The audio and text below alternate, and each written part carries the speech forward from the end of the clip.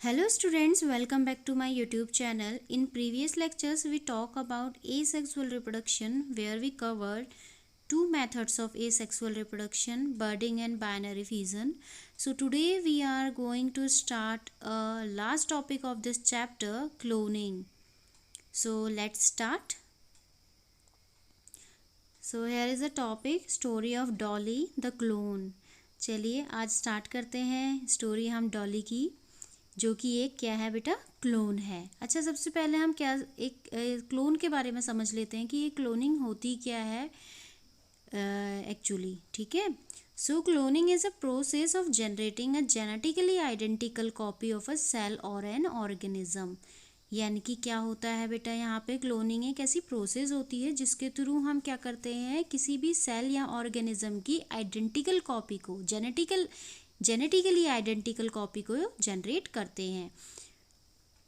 चलिए, ये तो था इसका ओवरव्यू। अब स्टार्ट करते हैं। So cloning is the production of an exact copy of a cell, any other living part और अ कंप्लीट ऑर्गेनिज्म। यानी कि यहाँ पे बताया जा रहा है बेटा एनसीईआरटी के थ्रू कि जो क्लोनिंग होती है वो क्या है, आपकी एक किसी भी सेल की या फिर कोई लिविंग पार्ट की या फिर कंप्लीट ऑर्गेनिज्म की एग्जैक्ट कॉपी का प्रोडक्शन करना ही क्या कहलाता है, क्लोनिंग कहलाता है। क्लोनिंग तो वैसे लिविंग ऑर्गेनिजम्स में होती है, लेकिन मैं आपको एक छोटा सा एग्जांपल दूंगी, उसके थ्रू आप थोड़ा सा इसको क्या कर सकते हैं, ऑब्जर्व कर सकते हैं कि क्लोनिंग होती क्या है। ठीक है, थोड़ा सा एक आइडिया मिल जाएगा। जैसे कि आपके पास मान लो आपको कोई फॉर्म फिल करना है, और आपके पास एक ही फ़ोटो है और उस फोटो को आपको फॉर्म में लगाना है, लेकिन फॉर्म में क्या चाहिए, आपके पास 4 फोटोज़ चाहिए, लेकिन आपके पास ओनली एक कॉपी है। ठीक है, आपके पास केवल एक फ़ोटो है। अब आपके पास 3 फोटोज़ कहाँ से आएंगी, आप क्या कर लेंगे, उसी फ़ोटो को क्या कर लेंगे, ज़ेरॉक्स कर लेंगे या उस फोटो को नया फ़ोटो निकाल लेंगे, क्योंकि आपको नया फ़ोटो खिंचाना नहीं है, आपको वही फ़ोटो चाहिए जो आपके पास है और उसी को आपको फॉर्म में लगाना है। तो आप उसी सेम सिमिलर फ़ोटो की 2-3 फ़ोटो और निकाल लेंगे, तो इसको हम क्या बोल देंगे, क्लोन। वैसे तो ये आपकी फ़ोटो कॉपी हो गई, लेकिन ये क्या है, अगर हम लिविंग में बोलें, सेम अगर एक पर्सन है, लिविंग ऑर्गेनिज्म है, उसी का सेम काइंड हम एक और प्रोडक्शन कर लें, तो वो क्या कहलाएगा, आपका क्लोन कहलाएगा। अब चलिए और अच्छे से समझने के लिए हम इसको आगे स्टडी करते हैं। So cloning of an animal was successfully performed for the first time by Ian Wilmot and his colleagues। ठीक है, यहाँ पे क्या हुआ कि जो हमारी क्लोनिंग की जो प्रोसेस थी वो एनिमल में पहली बार कब परफॉर्म करी गई, किसके थ्रू करी गई, इयान विल्मट के थ्रू और इसके कलीग्स के थ्रू, जो क्या थे, जो कहाँ हुई, आपकी रोजलिन इंस्टीट्यूट इन एडिनबर्ग में। ठीक है, जो कहाँ है, स्कॉटलैंड में है।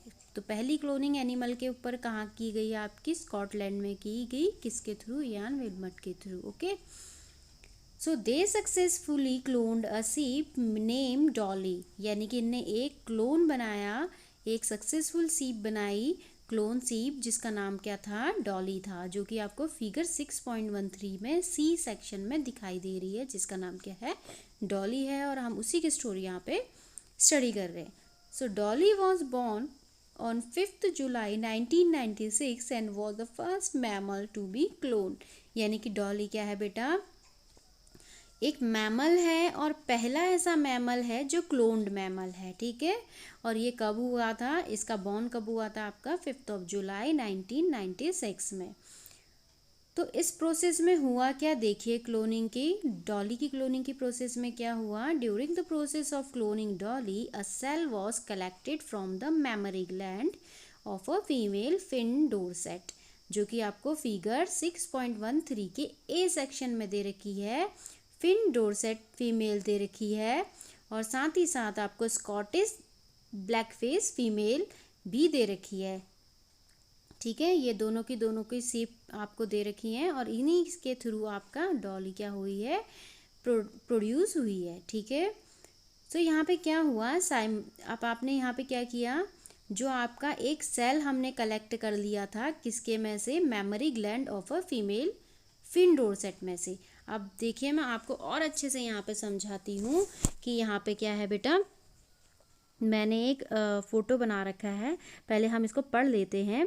सो a cell was collected from the memory gland of a female Finn Dorset, यानी कि जो फीमेल फिन डोरसेट है ए वाली, उसके में से क्या कर लिया, एक सेल को कलेक्ट कर लिया जो कि मेमोरी ग्लैंड में से था, ठीक है, लिया गया था। Simultaneously an egg was obtain from a Scottish black face ewe, और सेम काइंड हमने क्या कर दिया, जो ब्लैक फेस वाली सीप है उसमें से भी क्या कर लिया, एक एग ऑब्टेन कर लिया, ठीक है।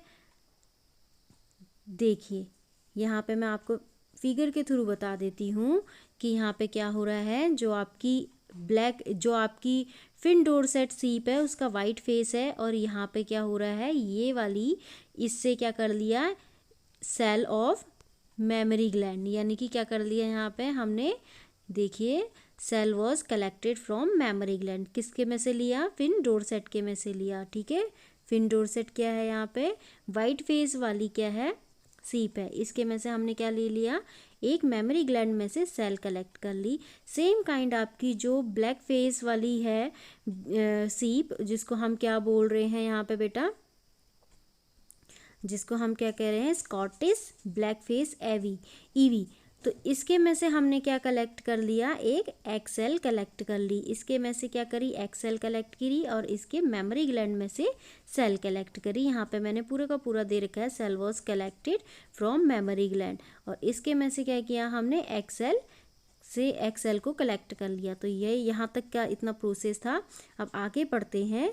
The nucleus was removed and the nucleus was removed from the egg. Then the nucleus of the mammary gland cell from the fin dorset sheep was inserted into the egg of Scottish blackface avi whose nucleus had been removed. यानी यहाँ पे क्या हुआ कि जो हमारी, फिर से मैं फिगर को बड़ा कर देती हूँ, जूम कर देती हूँ, अब आप इसको समझने में इजी होगा। तो यहाँ पे देखिए हमने क्या करा, स्कॉटिश जो ब्लैक फेस वाली सीप थी उसके में से एक सेल निकाली, और जो फिन डोरसेट सीप थी उसकी मेमोरी ग्लैंड में से सेल निकाला।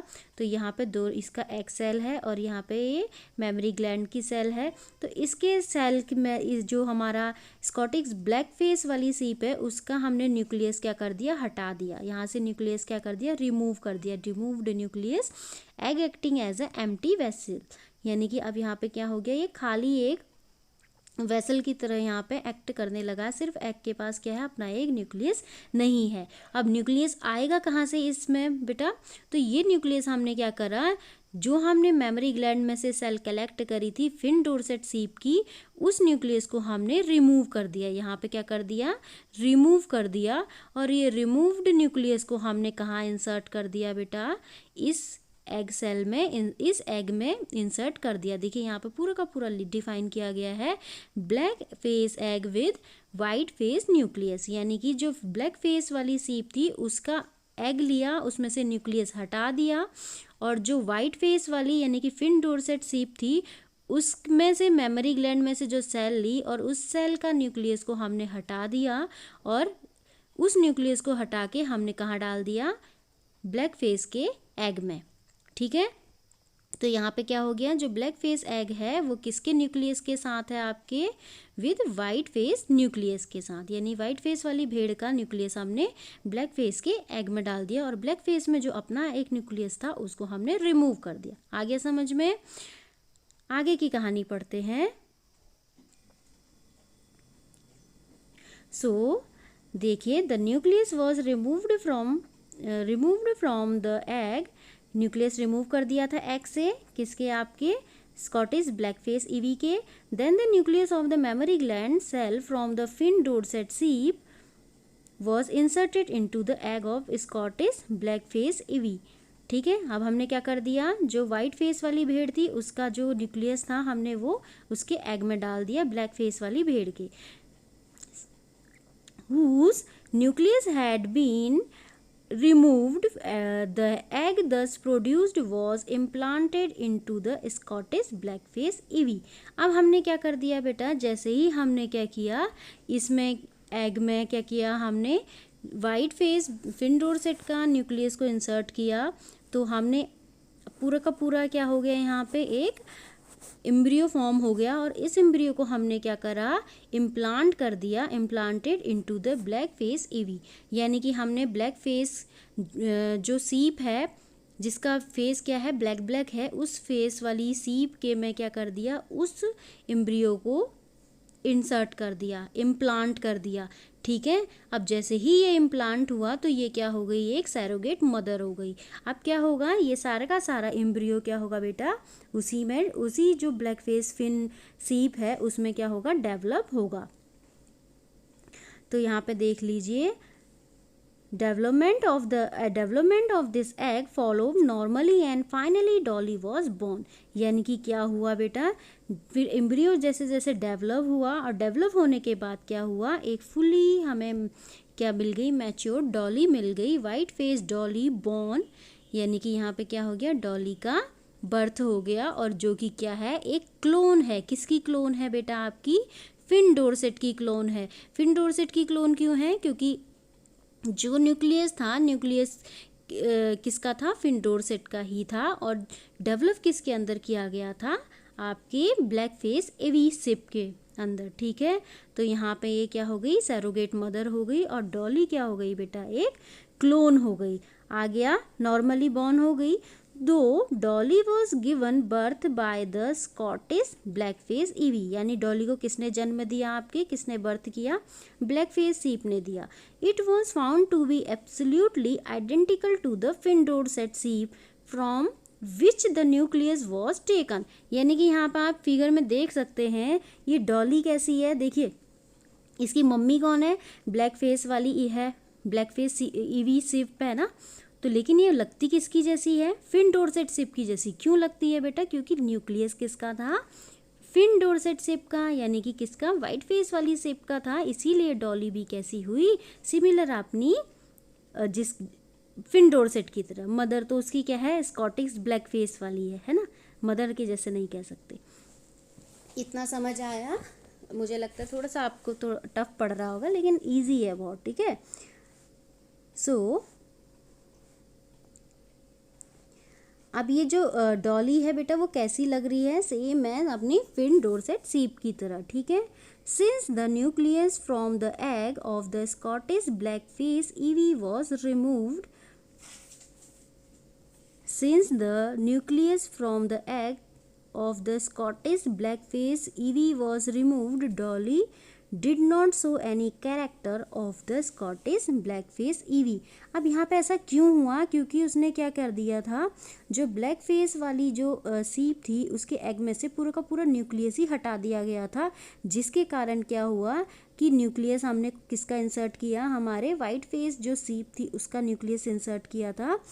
इसीलिए डॉली के अंदर कोई भी ऐसा कैरेक्टर नहीं आया जो कि किस में था, ब्लैक फेस ईवी जो सिप थी उसमें था। ठीक है, तो सारे के सारे कैरेक्टरिस्टिक्स किसके जैसे आए, वाइट फेस वाली जो सीप थी, यानी कि फिन डोरसेट की जैसे। Dolly was a healthy clone of the Finn Dorset sheep and produced several offspring of her own through normal sexual means.